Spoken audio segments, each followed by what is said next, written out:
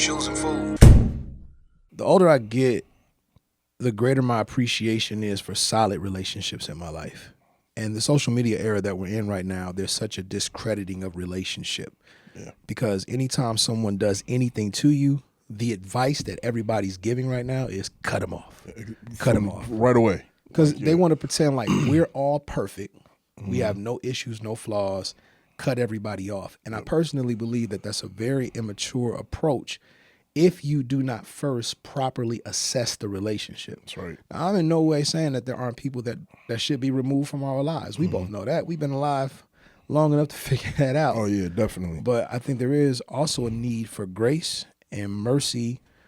It starts, though, with actually figuring out what relationships actually represent. Right. How to properly define a relationship, how to properly assess a relationship. Where does this person belong in my life? And now that I'm gaining more wisdom and understanding about longevity, Right. about how hard it is to create solid relationships in life, I just want to do a better job of figuring out how to properly manage those relationships. Well, definitely. And I think also, too, I mean, as we get older, we realize that our friendships and the ones that we've maintained this long are so valuable. You just said that. Yeah. Because you really only have a handful of people that you can really rely on and go to. Sure. And, man, they are invaluable Oh, because it's, It's unbelievable how blessed we both have been to have solid people in our right. lives, because both of us have had people come and go. Yeah.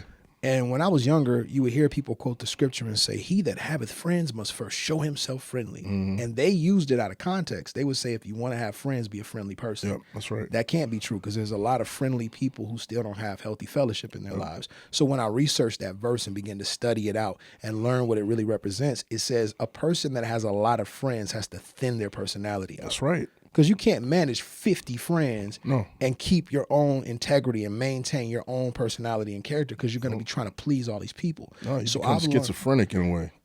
bro, that's a great.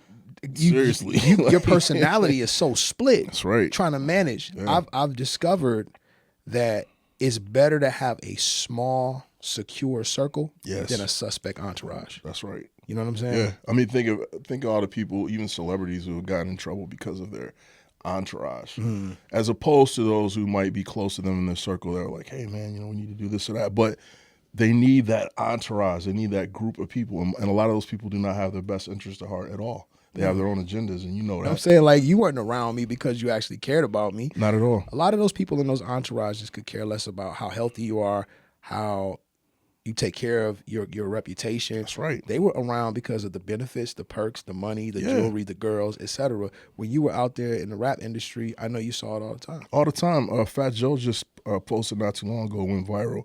He said he took all his boys on a trip, about 50 of them. Yeah. He went on a trip. They've been buying cars and jewelry and going on trips and doing all this stuff. Yeah. He set them all down. He said, listen, I don't got it like that no more. I can't do this no more. I can't. And he actually had it, but he was testing them out. He said out of those 50 that he thought was his people's, only about 6 of them cats left out with him. And they still with him to this day. But he had to do it. Like, he had to thin that out. He had to do a hazing. And that sounds crazy, but what it brings me to my thought of reevaluating your circle. I turned 45 in a few days. I'm excited about it. And I have this sudden urgency to evaluate everybody that's around me. Yeah. With heightened success, there has to come some sense of skepticism to some degree. That's right.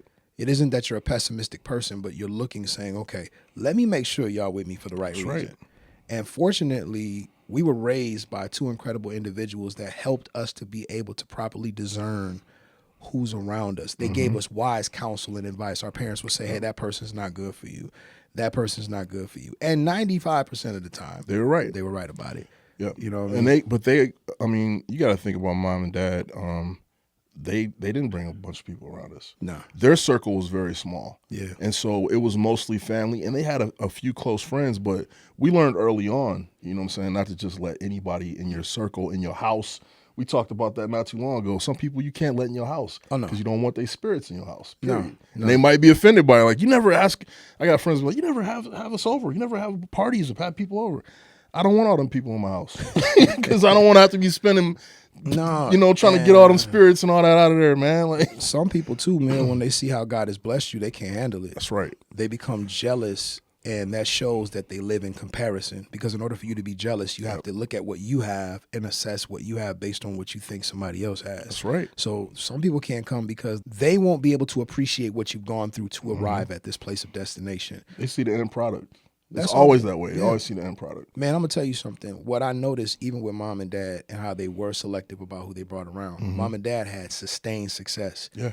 People with large suspect entourages always have short-lived success. That's right. So you have one hit song, you have one movie, you have a book, you have a moment on a stage, and you feel like, yeah, everybody that's supporting me loves me. But as I begin to reevaluate, I said, Lord, help me to have a mature approach to how I assess my relationships. Right. And the one thing that I learned in the time that I've been studying and reevaluating everything, assessing everything, is that some people aren't bad people. Yeah. They don't need to be removed from your life. Right. But maybe you put them at a level too high and they don't deserve to be in that space or place. So you have to reposition that person. Yep. And I'm learning that because there were times where I felt like if a person wasn't properly reciprocating to me what I desired based on my level of distribution, they were a bad person. Truth is, they might not have been capable of reciprocating at that level. That's right. So I had to evaluate them as a person and say, okay, this is not a bad person. They just don't deserve to be up here. So what I'm going to do now is reposition you. Right. I can't give you, and not deep people, oh, that's not unconditional love. Actually, it is. Because I can't put the pressure on you of trying to maintain something that you're not capable of. That's right. And maybe at one point, you understand what I'm saying? Yeah, Like, which would cause a problem in the relationship anyway. Is you can't put more on a person than they're capable of. Yeah. Period. Yeah. So like you said, sometimes you gotta reposition people on the board, man. That's just how it goes. yeah, life. create reasonable expectations of that person. Yeah. So I'm not tripping on the fact that this person couldn't give me what I was looking for from them, but let me be careful not to make them into a villain. Yeah.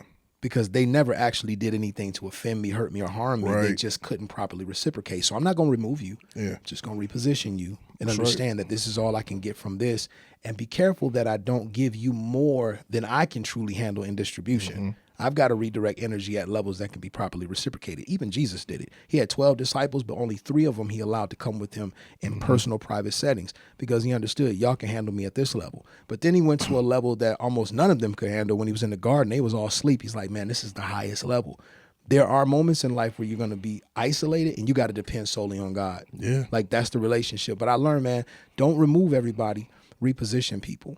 Like I was saying though about cutting people off. You ever notice that every new year is like somebody doing a video saying, Oh yeah. "Cause 2023 is a new me. 23, I'm gonna set you free. I'm cutting you off." Yeah. And it's like, dog, you gotta cut. Maybe there's something wrong with you. That's Every right. year, Every year you have to cut people off. Yeah. Every year that's like, and people like look forward to that. Like that's their time to vent. You know, get all the issues they had with somebody during the year. Yeah, now it's the end of the year. It's over with now. I'm moving on you're moving on into the new year by yourself. You know what I'm saying? You got most of your relationships are not anything that you could even salvage or, you know what I'm saying? Like that's not a good position to be in when you're constantly saying, I'm about to cut everybody off. what does that say That's about your life? Yeah. Like what? You are unstable. You're inconsistent. Something's wrong. Something If is wrong. nobody wants to be loyal to you and nobody Yeah. wants to be good, you probably need to do some evaluation of self and circle. Listen, the evaluation of self and circle is so important because as stated, some people do need to be removed. I'm not saying that they don't. There are toxic people. There are hindering people. There are those that don't appreciate who you are. Yeah. They need to be removed. But the older you get, you should do a better job of evaluating who you let in so you have to do less removals. That's right. Because we do, you're a kid, you don't know no better, man. We was young, bro. You was in New York. You ain't know them people. I was young, traveling. I didn't know them people. So everybody that read up in my face, Yeah. oh, hey, they really.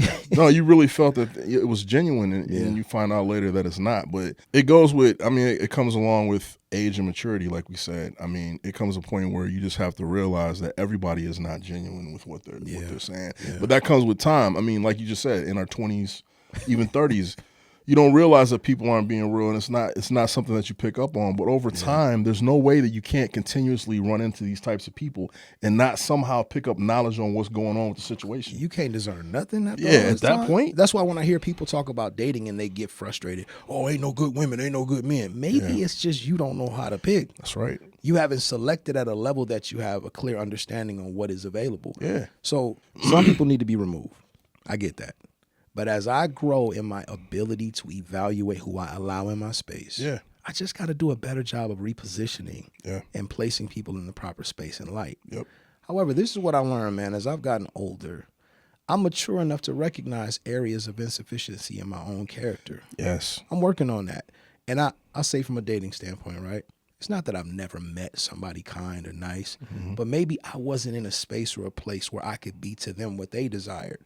And as a mature person who doesn't want to waste their time, it's not about removal, it's about releasing. That's right. It's not me saying, oh, you're a bad person, you're terrible, but I need to release you to go find what you're looking for because I'm not there. Not at that place. Doesn't mean that you're not great. Doesn't mean that you're not an incredible woman. It doesn't mean that you don't have an incredible personality and a great future ahead of you. So the thing that people will say is, well, if that's a good person, then you need to hurry up and grab a hold of them. No, I can't let your impatience for what you believe is best for me rush me into ruin. That's right. Man, that's the thing right there. Yeah. You can't rush into ruin because I've learned that patience leads to permanence. So there have been people that I've come across that I was like, yo, I'm not in a healthy space right now. Yes. I'm going to release you. Yes. And that's hard, man. Self-evaluation is hard, bro.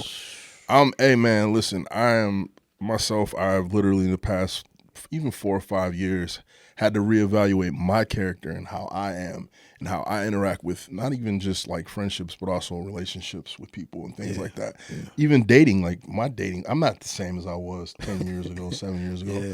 Your maturity level changes. And when you seek the same, and we talked about this too in the other podcast, when you go after the same type of situation over and over again, there's something wrong with you. And I did that for a lot of years, man. Looking for the same type of situation. I like this, and this. And if it's not this, and this, then I don't want to, you know what I'm saying, deal with it. And that's hard, man, when you got to sit back and be like, nah, that's not even what if your preferences are actually a hindrance? That's right. Life? And they were. For me, they definitely were. You know what I'm saying? No doubt about it. I'll be the first to tell anybody. Bro, we need to be more honest about our list. Yes. Most people's list is rooted in lust. Yeah, it is. Most people's list is rooted in lust. It's in selfish cravings and desires. And we'll look past the healthy characteristics and qualities of an individual and say, well, this person is beautiful and they're smart, but I don't like the way she dressed. Yeah. I want somebody that wear this. Not realizing that attire can shift over life and over time. That's right. You know, this person's a dynamic communicator, but I want somebody with lighter, fairer skin or darker skin. Yeah. You know what I mean? It's rooted in our own preferences that are sometimes bad for us. But I've learned, man, I don't want to hinder anybody's life. Yeah. So there are some people that I've literally had to release, even from the standpoint of mentorship as a pastor. A lot of people will come to me and ask me, man, you know I don't do the spiritual father thing. You don't hear me running around talking about, this is my son and my daughter in the spirit. I don't do it because I take it too serious. That's right. Like if I'm going to say you my son or my daughter in the spirit realm, I got to be committed to that relationship. Yes. I can mentor anybody. You ain't even got to know me for me to be your mentor. Right. People say that all the time, like, yo, you mentor me from afar. Great. That's just watching my example, listening to my teachings, and learning from what I'm doing. Yes. But to me, and this is maybe just me, father-son relationship, I have a tendency of basing it on our actual biological father and what we have with him. From what we were taught. That's right. You know what I mean? So I've told people, man, I'm going to release you to go find a spiritual father because I'm not in a space or a place. Bishop Neil Ellis said this, I'm on the pill. I said, what are you talking about? He said, I'm on birth control because I don't want any sons and daughters right now because I can't handle that and I don't want to mismanage you. Right. So I've had to learn to release you. So I think for me, I've really grown into a space and a place where I'm mature enough to acknowledge that sometimes it's me and I don't want to bring you into this time frame. Right. And not be able to properly accommodate, you know. And not even in the cliche way, because as we all know, saying it's me is that's an easy scapegoat. But when you really reevaluate the situation with yourself and see where you're at and you really break it down, it's like, it really is me. Like I'm going through some real stuff and I don't want to put that on you no more. Yeah. You know what I mean? There comes a time where you're going through so many things that you put it on people, you're using them as a release. Yes. And that's not right. And I know I've been in that position before where I was so down or I was, broken about certain things and I would project that onto people that didn't deserve that. That's, you know what, man? You talk about a mature statement. I don't want to hurt you trying to heal me. Exactly. Man, that is a mature statement that I've projected on you certain things while I'm dealing with myself, you've actually just become a coping mechanism for me. That's all it is. But for you, it's something else. You're looking for something else from this relationship, but I can't give it to you. And I'm trying to get by. I'm just trying to get by. Man, I said something that everybody was so upset by. I put it in my book, but it's just the truth. Even in dating as a man, if you're a selfish man, people don't like it because it's too real. when you selfish, you don't care what you break as long as you bust. Man. And I said, nah. Because that's real. When a man is at a space or a place where he's looking for something to be a sedative, to pacify his frustrations, he will do the most immoral things and be completely insensitive to another person's emotions and hearts. Yes. But when you are mature, you say, no, I need to release you away from me. Oh, but I'm this, I'm that. I'm not discrediting who you are at all. Exactly. I'm legitimately telling you in advance. Yes. You don't want to be a part of this. This ain't where you want to be. This is not what you want right now. Yeah. So if you bypass that, then that speaks to something toxic about you. If a person can be honest. So we have to learn to release certain people and say, you know what, you're great. Yeah. I don't need to be around you at all. To me, the difference between removal and releasing, removal speaks to some measure of toxicity. Like, get out of here. Yeah. Releasing is a separation that may be mutual to say both of us are not bad people. We just ain't good for each other. Yeah. You know, that's friendship, that's dating, that's whatever. One thing, though, that the Lord has been dealing with me about as I'm aging is a word that I've never thought about when it comes to relationship interaction, and that is reinstating. Okay. Almost like reconciliation. Yeah. That there were some friendships, some members of our church, that the seasons we were in, it just was a clashing season. Everybody was growing. And now with that level of growth, there comes this ability to reinstate a relationship. Yeah. Maybe even down to the standpoint of we have an offense that might have taken place or something happened. Both of us were good people. We made some poor decisions. Maybe it's time to try to rekindle, reinstate. And that requires us to repent. Yeah. And to forgive. You ever had a situation where you had to kind of look and say, okay, I was beefing with this person. We may not be as close as we once were, but let's try to. Yeah, at least try to mend it. And that's the thing, too, like you just said. You don't got to go back to being best buddies. No. But at the same time, leaving that wound open it's not healthy, like for either of you. So, man, a lot of it is pride. It's like overcoming your pride, man. Like being like, you know what? I was stupid, man. I'm sorry. This is, we might not ever be able to be where we were at, but there's no reason why we still can't connect. You know what I'm saying? Dude, have some type of friendship. Right there, the Bible lets us know the contention is rooted in pride. The inability to just acknowledge, man, I was on one. Yep. And maybe we can reinstate, rekindle, reconcile. And sometimes relationships get better because of it. That's right. And like you said, there are times where it doesn't really go back, but at least there's no beef now. There's no beef. So God dealt with me. He said, look, there are some relationships that are going to be reinstated in your life. And they may have a different definition or they may go further than where they once were. Right. Don't have the mind. And I'm not saying that's for everybody. There are some people that just need to stay gone because they haven't changed. But I'm saying in general, there are those who will come to you and say, hey, I'm really sorry. I messed it up. I lost your trust. I let you down. I betrayed you, whatever. I don't need you to necessarily take me in the way that it was, but can we at least make peace? That's right. And I believe that level of reinstating to the degree that we can now be cordial, that we can have some measure of fellowship and conversation, absent toxicity, man, that speaks to a lot of what needs to happen. You know what I'm saying? Yeah, and definitely. I'm going to say this, though. I want to thank God for people like Joe Davis. Like, y'all don't know. I just left Joe, my brother Joe just now, getting me lined up and trimmed up for a show. Yeah, Joe, like our family, like people saw beef rage last week on the podcast. Yeah. That's our cousin. Well, he's more like, he might like as well be our brother. Though. So But yeah. like we got close family. Outside of our immediate family, though, there have been certain people like Brandon. Yep, I got Brandon, I got Roy, I got Roy, a few. Yeah, my brother, Samoan my Samoan brothers, all of them, Christian them. and Chester and Will and JJ and all of them. They just family. Like when you hug them, you feel the love. Joe Davis, for those of y'all that don't know, has been with me and my brother since we were like I was like 4 or 5, something like that. Yep. And he's literally, when you think Miller family, you think Joe. I thank God for people with his crazy self, man. I thank God for people like Joe because he's never changed. Never changed. So forget removal, forget repositioning, forget reinstating, releasing. With Joe, I want to make sure we always reinforce. That's right. I got to always let Joe know, I love you, man. Thank you. That's right. Kenneth Lee, I love you. Thank you. Jathan, Kevin, you know how I am about them. Yeah. One thing that I believe we have to do a better job of is reinforcing the positive relationships in our life. Because we don't. Sometimes you do need to tell that person that's been there, hey, bro, what's up? I appreciate you. I appreciate you, man. Yes. Man, and they always going to blow it up. Man, no. I need you to know I appreciate you. That's right. Some husbands and wives need to take a moment, if they got a good marriage, to just stop and say, hey, I love you. Thank you. Exactly. Especially when you see everything burning around you. I mean, if you see everything crazy around you and you know your situation is stable and you have a good situation or a good relationship with a person, you got to take time out to acknowledge that, man. You have to. They be acting like that stuff is normal, bro. If you got a solid situation, you think we over here single and chilling because we just bored and ain't got. It's not easy to have somebody captivate you to the degree that you want to give up the piece of your singleness to work on a relationship. Yeah. If you got something good, you need to reinforce that. Yes. You know, I don't want to spend time talking about cutting people off. I don't want to spend time because I'm too old for that now. Yeah. You listen, if I can see you toxic, you never gonna make it in my life to get cut off. No. We cut off the doorway. That's what we cut off before you. No, for real. I mean, the red flags go up, and it's like, you know, there's no. I mean, when you get older, man, one thing about age is if you haven't figured it out by that time. Yeah. I mean, where are you at in your life? You know what I'm saying? Like, you can't. What did Dad say? The definition of insanity is doing the same thing over and over, expecting a different result. That's it.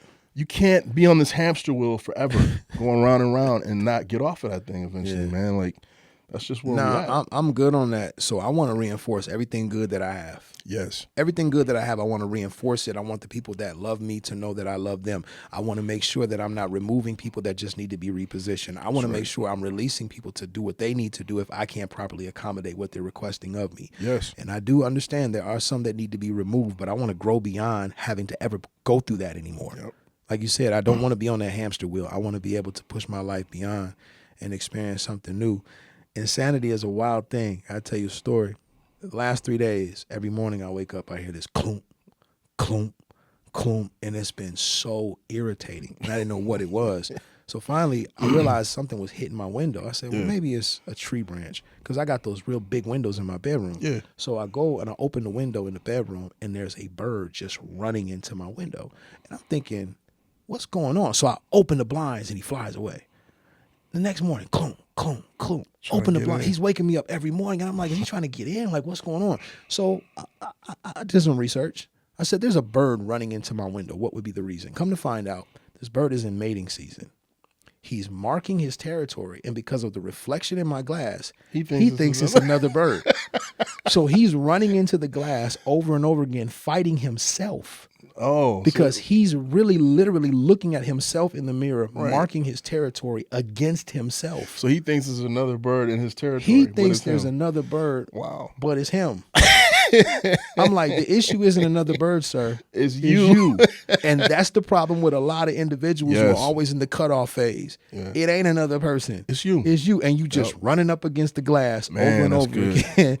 And nothing is ever going to come from it. See, now I understand why they call people bird brains. Yeah, because that goes right along with it. I said, this bird wake me up one more time. Now it's to the point where I just get up in the morning, I'm looking outside like